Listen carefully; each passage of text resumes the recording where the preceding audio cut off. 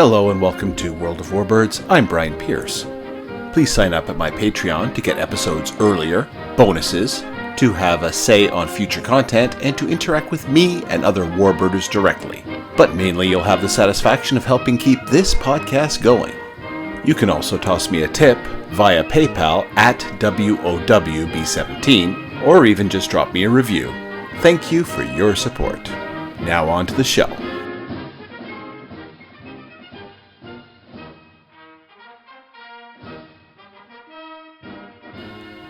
Hello, Warbirders. Firstly, I want to welcome Randy Lucas and Tracy from Olympia, Washington, to our Patreon crew.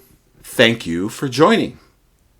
Now, it's been a while since I looked at an Italian aircraft, and I know that there is interest out there, because I recently ran a poll, and although the Japanese Ki-45 Nick won the question, the Sm.79 was a close run second.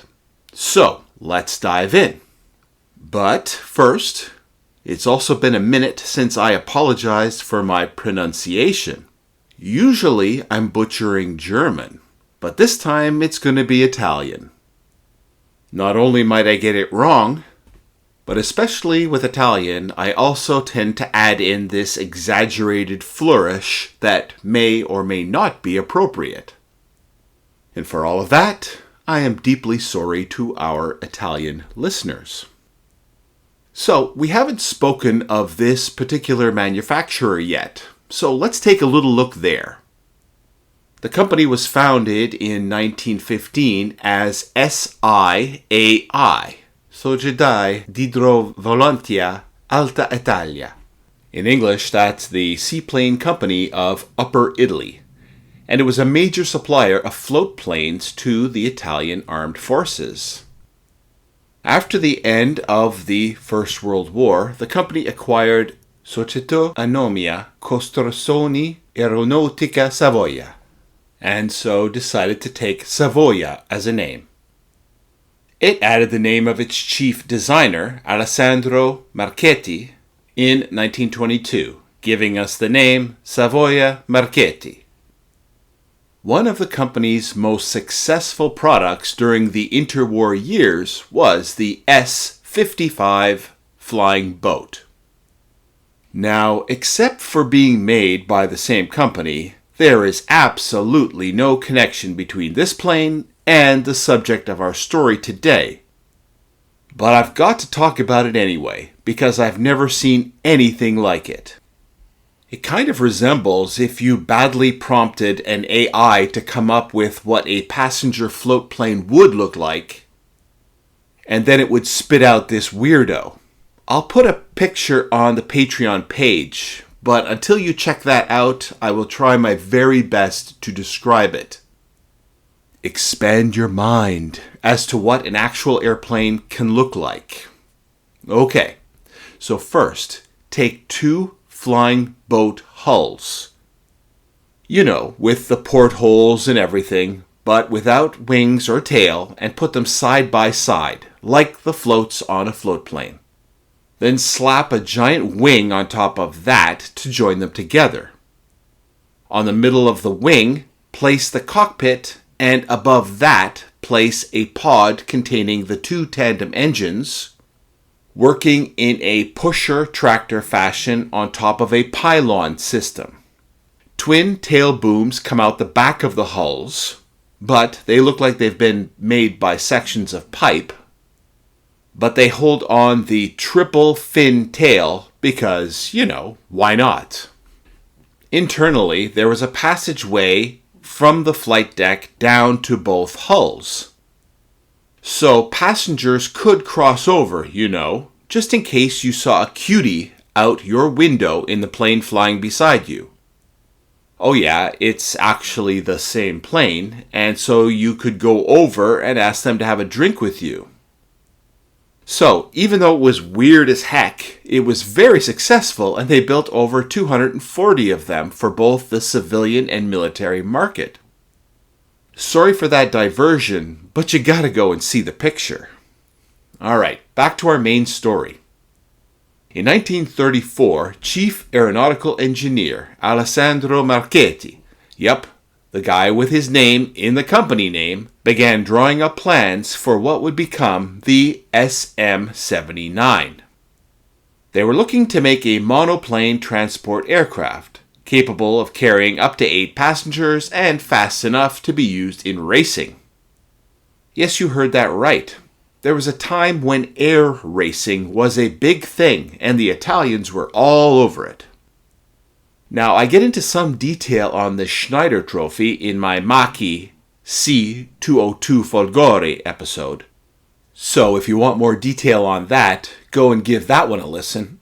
Now, the Schneider was for float planes, but the type of air race that Savoia Marchetti was thinking about was the McRobertson Trophy Air Race, which was also called the London to Melbourne Air Race, which was held in October 1934 to mark Melbourne's centenary. It was the idea of Melbourne's Lord Mayor, Sir Harold Guinault Smith, and it was funded with £15,000 in prize money from Sir Macpherson Robertson, a wealthy Australian confectionery magnate. In return, the race was to be named after his company, McRobertson, and was organized with a strong focus on safety.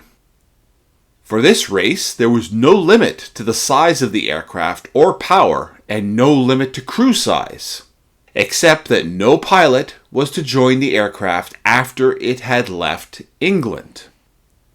Additionally, every pilot who finished the race within 16 days would receive a gold medal. Perhaps it is because I'm from the generation that grew up with the Cannonball Run movies, but the idea of this kind of air race appeals to me. Although, I guess a modern one would be kind of boring, with 2 airliners from Boeing and Airbus just taking off from London and then cruising down to Melbourne. Unless they were allowed to scrap it up and trade paint along the way. So Marchetti hit the drawing board, although he did start off with an earlier design, the Savoia Marchetti S.73 airliner. Just like the S.73, the new aircraft would have 3 engines, reportedly more for safety than for power, in a time when engine failures were much more common. I recently had dinner with several airline pilot friends who, amongst them, have about 100 years of flying career without one single engine failure amongst them. The engines chosen were 3 Piaggio Stella P9 RC40s, which was a derivative of the license-produced model of the British Bristol Jupiter. Although over the years, this aircraft would eventually be powered by a variety of engines such as Alfa Romeos, Gnome Rhone Mistral Majors, and Umo 211s. It was a hybrid design, like many of the aircraft produced around this time. Not all wood and fabric, but not all metal either. The fuselage was formed of a welded tubular steel framework, which was covered with duraluminum in the forward section, duraluminum and plywood on the upper fuselage surface, and covered in fabric everywhere else. The wings were all wood with flaps and leading edge slats. The slats were an upgrade to that earlier model, the 73, which didn't have them. But in the new airplane, they would allow for smaller wings, which was good for speed, but slower landing speed for safety. The wing structure was constructed of spruce and plywood spars, linked with plywood ribs and skinned with plywood. The wing was mounted low on the fuselage, and again, to improve on the fixed gear 73, the new plane would have a retractable taildragger undercarriage. With more power and much less drag, the sleek new aircraft promised great performance, and on the 28th of September 1934, the prototype Sm.79 took off on its maiden flight.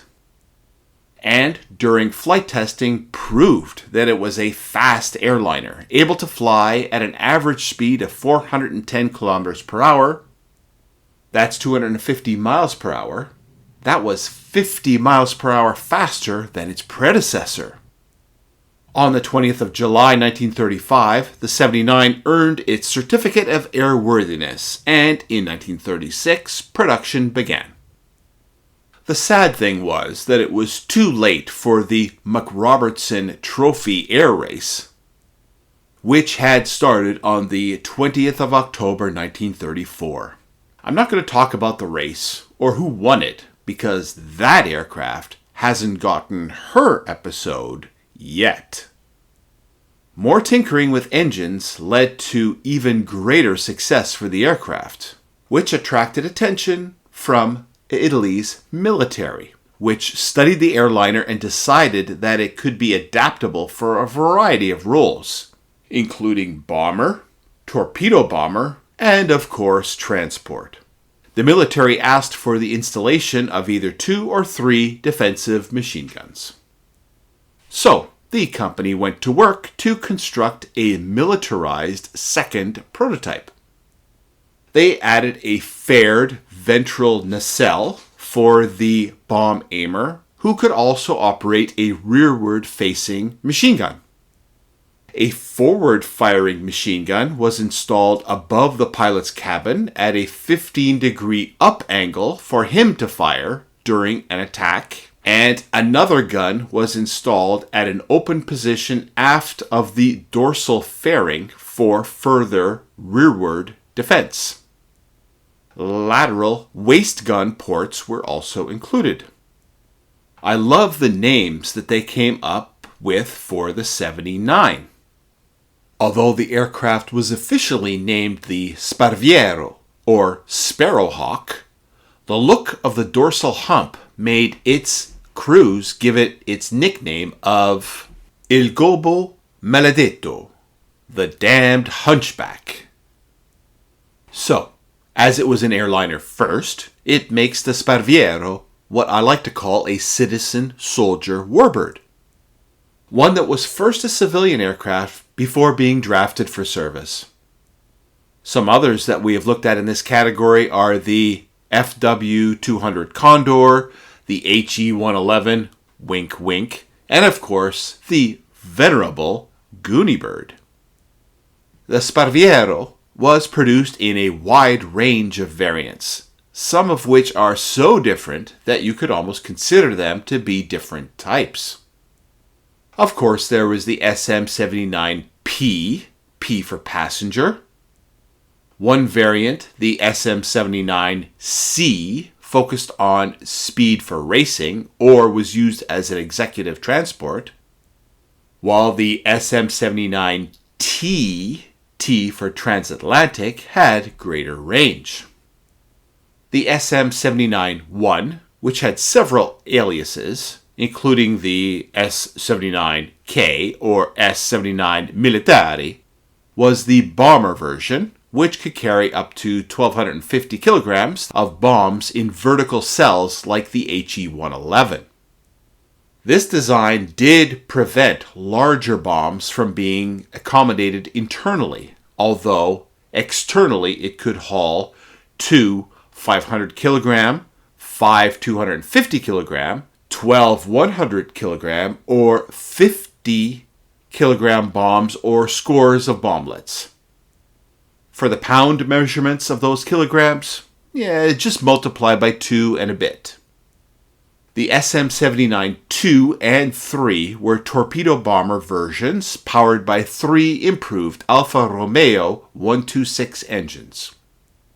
It had the bomb bay removed, and often extra crew armor was added, and depending on the range needed, could carry 1 or 2 torpedoes externally. The 3 was an updated longer range version with the ventral nacelle deleted, and a 1,000 liter, that's 260 US gallon, fuel tank added in the former bomb bay.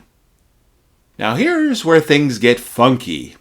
Usually an aircraft type retains the same number of engines. Like, imagine a Lancaster with 2 engines. Oh yeah, the Manchester. But actually, I guess a Lancaster is really a 4-engine Manchester? If you don't know what the heck I'm talking about here, you gotta listen to the Lancaster episode. But the Sparviero, which usually had 3 engines, did have a couple of 2-engine variants. The Sm.79B was a more sleek-looking export version of the Sparviero, with the nose engine removed and a glazed nose added for better bomb aiming. Italy sold 5 of these to Iraq. The Sm.79JR was another twin-engine version designed for Romania, powered by 2 1,200 horsepower Junker Umo 211DA engines. 8 of these were built by Italy for sale to Romania, but then Romania liked them so much that they license-built 72 more themselves, with production continuing until 1946. Now, I've had a few requests for a repeat of the type of walkthrough to look at the equipment in the various areas and the crew members assigned to operate it, as I did back in the B-17 episode. So I thought it would be fun to do that again. I'll also make a few comparisons along the way to highlight the differences in design and doctrine. Starting up in the nose, behind a fireproof bulkhead separating it from the nose engine, is the flight deck, where the pilot sat with good forward visibility through the angular windscreen. Now, there were dual controls, but I've had conflicting evidence whether there was a co-pilot, like on all US AAF bombers, or not, as in RAF machines. Perhaps the co-pilot was the flight engineer, more than actual co-pilot, who would monitor the fuel tanks and check on the engines, but not really flying the plane, except for when he was called up to help. Further back in the fuselage was the radio operator, who had a relatively comfortable station by bomber standards. Also behind the cockpit, just over the fuselage spine, was the dorsal gunner, who sat in a rather unique position. The Sm.79's most recognizable feature is the humped camelback shape. And in there was a retractable Breda Safat machine gun mount. The gunner could raise it for action or retract it to reduce drag.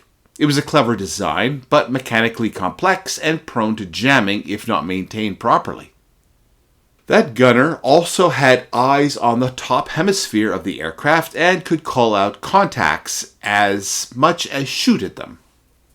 Down below was the combination bomb aimer ventral gunner, who had one of the most uncomfortable jobs. His position was a prone gondola accessed through a tunnel-like passage. Unlike the spacious nose of a B-17, the Sm.79 bombardier had a more cramped position for bomb aiming.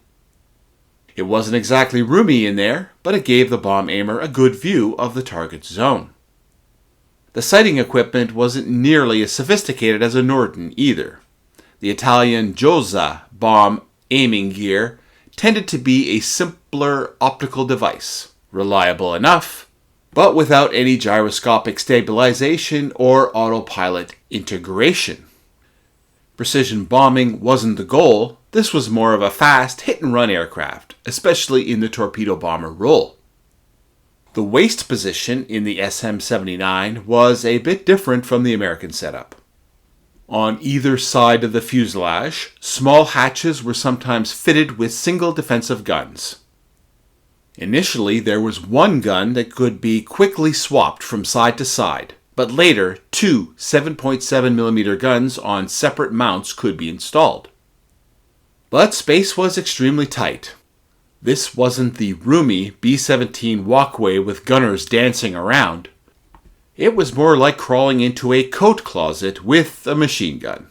These were less about constant defense and fighting out with the enemy, and more about last-ditch deterrence. And at the very tail end, there was no tail gunner position. The Sm.79 lacked a dedicated rear-facing turret, which was one of its major vulnerabilities. It's worth noting that many Sparvieros, especially in the torpedo bomber role, didn't even carry the full suite of defensive guns, unless it was deemed necessary for the mission. The goal was always speed. Get in, strike fast, and get out before the enemy fighters could vector in. Total production of Sparvieros of all variants was about 1,240. Now, let's see how these citizen soldier warbirds performed in the crucible of battle. Hey warbirders, this time I'm not going to go on about joining Patreon or tipping me via PayPal. What I'm going to ask is for you to share my show with a friend or two. We all have that other person that we chat about our interests with, so why not send them a link to my show so that we can all share together? Thanks, I appreciate it. The Italian Air Force, the Regia Aeronautica. Incidentally, it is my favorite Air Force name to say. Introduced the Sm.79s to the 12th Stormo, or wing, in early 1936. It did the initial evaluations and trained on completing torpedo launches. They were still working the bugs out when the Spanish Civil War broke out, and the Sm.79s were sent to support the nationalists, with the Aviazione Legionaria, Italy's Air Force contingent supporting Franco's forces. Arriving in 1937, the Sm.79 was used primarily as a medium bomber, although it also flew reconnaissance and ground attack missions. At the time, it was one of the most modern and capable aircraft in the theater. With a top speed of around 260 to 270 miles per hour, it could often outrun many of the older biplane fighters fielded by the Republican side, and its bomb load of up to 1,200 kilograms made it a formidable strike platform.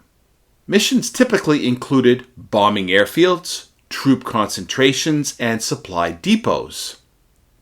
And despite lacking heavy armor, the Sm.79 proved to be both fast and rugged, suffering relatively light losses. Its performance in Spain earned it a strong reputation, and that's where it got its previously mentioned nickname, Il Gobbo Maledetto, the damned hunchback. A grudging nod to its distinctive dorsal hump and effectiveness in combat. The Spanish Civil War also served as a valuable proving ground for the type, allowing Italian crews to develop tactics and gain real combat experience. While design flaws were addressed before World War II, some of these were the lack of oxygen masks for high-altitude operation, relatively high levels of instability and vibration experienced at speeds over 400 kilometers per hour, or 250 miles per hour. However, its success in Spain gave the Regia Aeronautica the confidence to adopt the Sm.79 in large numbers, and later evolve it into one of the most effective torpedo bombers of the war. The Sparviero also participated in the Italian occupation of Albania during the autumn of 1939.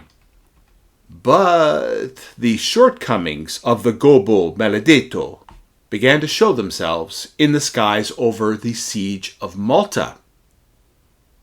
A Sparviero holds the unfortunate distinction of being the very first aircraft to crash on Maltese soil during the Second World War.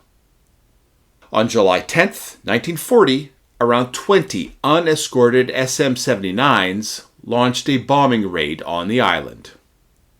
British Gloucester Gladiators, which incidentally was the first enclosed cockpit and the last biplane fighter introduced into RAF service, scrambled to intercept them, and in the clash that followed, one of the Italian bombers was shot down in flames.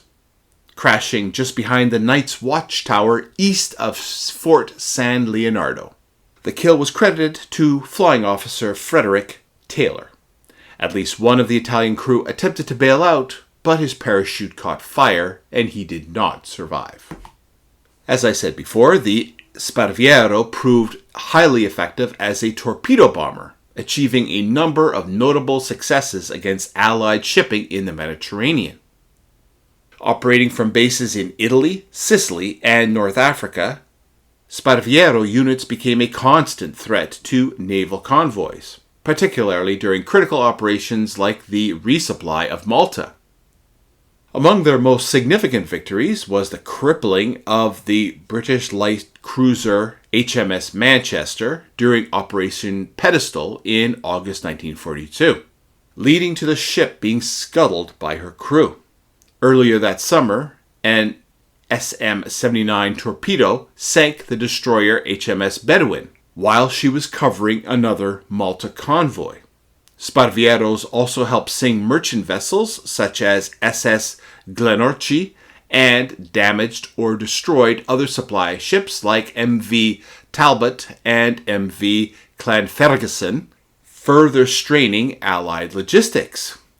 While the aircraft faced growing challenges from Allied fighters and anti-aircraft defenses, its speed, range, and determined crews allowed it to remain a serious threat through much of the war. The cumulative effect of these attacks forced the Allies to allocate more resources to convoy protection and contributed to the broader disruption of shipping in the central Mediterranean. By the time 1942 rolled around, the results of the torpedo bombing of Sparviero units was becoming considerably poorer than those of the previous year. And there was debate about the possibilities of torpedo manufacturing defects or even sabotage in the factory. Strangely, the first 30 weapons used in 1940 had excellent reliability, but a number of later torpedoes were found to be defective, especially those made at the Naples factory. For example, during Operation Harpoon, of the 100 torpedoes that were launched, only 3 of these had actually hit their targets. Aside from the problems with the torpedoes, as 1943 dawned, the Sparvieros were showing themselves to be more and more vulnerable to improving Allied defenses and becoming more and more obsolete.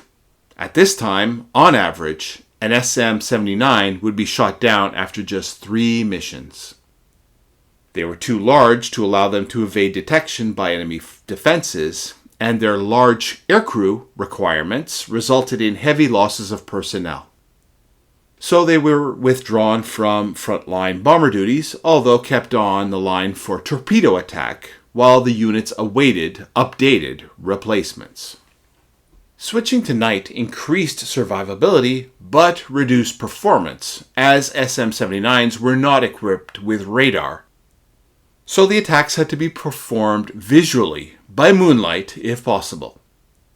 The Allies, though, had shipborne radar and interceptor aircraft, and so Sparvieros were indeed still vulnerable. Following the armistice with Italy, about an equal number of Sparvieros ended up fighting against each other, with some operational machines being used by the ACI, or Aeronautica Co-Belligerante, which would fight alongside the Allies and against the Luftwaffe. Interestingly, some Italian pilots did not surrender to the Allies and continued to fly with the Aeronautica Nazionale Repubblicana, or National Republican Air Force, which was known by the acronym ANR. All told, Sparvieros ended up serving with many air forces, including Brazil, Greece, Croatia, Germany, Iraq, the kingdoms of Romania and Yugoslavia, and Spain. Even No. 117 Squadron, RAF, operated 4 ex-Yugoslav SM-79Ks in the Middle East from May 1941 to November 1941. Even though hopelessly outdated as a fighting aircraft, the Italian Air Force continued to operate some Sparvieros until 1955. And the Lebanese Air Force actually ordered 4 Sm.79L bomber aircraft in 1946, which were used as military transports and later became movie stars in the 1954 war film They Who Dare.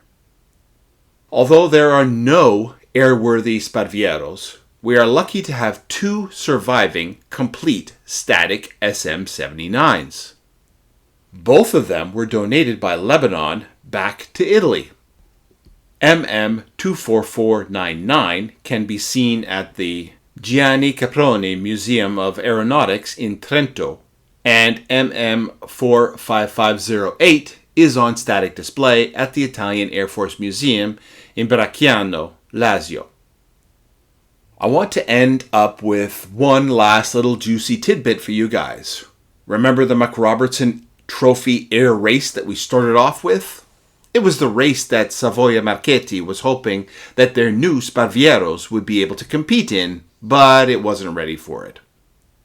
According to an article in the Sydney Morning Herald, dated 24 January 1941, supposedly the actual gold trophy was donated to the Red Cross and was melted down for the war effort. Remember, if you like this stuff and know someone who might also, please share the show with them. Sharing is caring. And thank you to everyone who supports the podcast through Patreon. You know I appreciate it. You can also check out some photos of what we've been talking about on the Patreon page.